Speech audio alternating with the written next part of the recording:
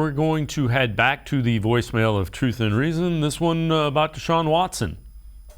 I'm sure you guys are getting bombarded with a whole bunch of Deshaun Watson talk. You do have one thing to say. The most important thing is that these talking heads like Mike Florio, Rich Eisen, all of these guys are selling a narrative about who will be the Browns quarterback for the foreseeable future. There's not much talk about football outside of that.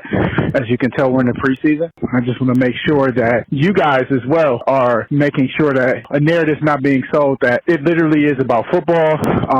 Once these guys get on the field and start to play, once we figure out what Watson's situation is going to be, it's all going to be about how he performs on the field. The rest of that off the field stuff is going to melt away, all depending upon the way Deshaun plays. And I just really hope, for the sake of Cleveland fans everywhere, the ladies involved and Deshaun involved, that everybody can move on and that we can start watching football in an enjoyable way again. Love to see Cleveland win a championship in 23 or 24. Thank you, guys.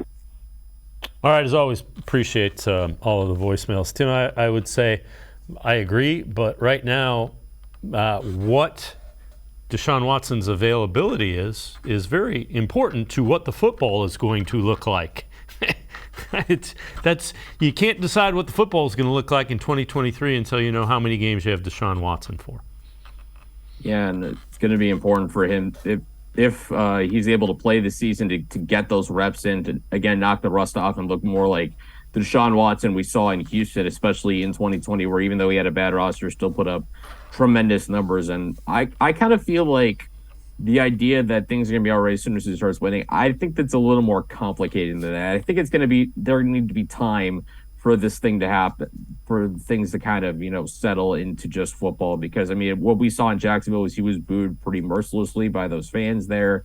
It's going to probably be like that everywhere the Browns play all season, especially when Deshaun Watson plays. And it's going to be like that for a while because this whole situation is still so fresh in everybody's mind. It's been all that really has been talked about, throughout the spring and the summer in regards to the Browns. So I think it's not just about winning. It's going to have to just what play out over time, and time's going to have to take its course where, maybe it's not even until next year or even the year after that we can focus solely on Deshaun Watson, the football player, because it's just been such a high profile situation, a high profile story, and it's had a lot of vitriol behind it.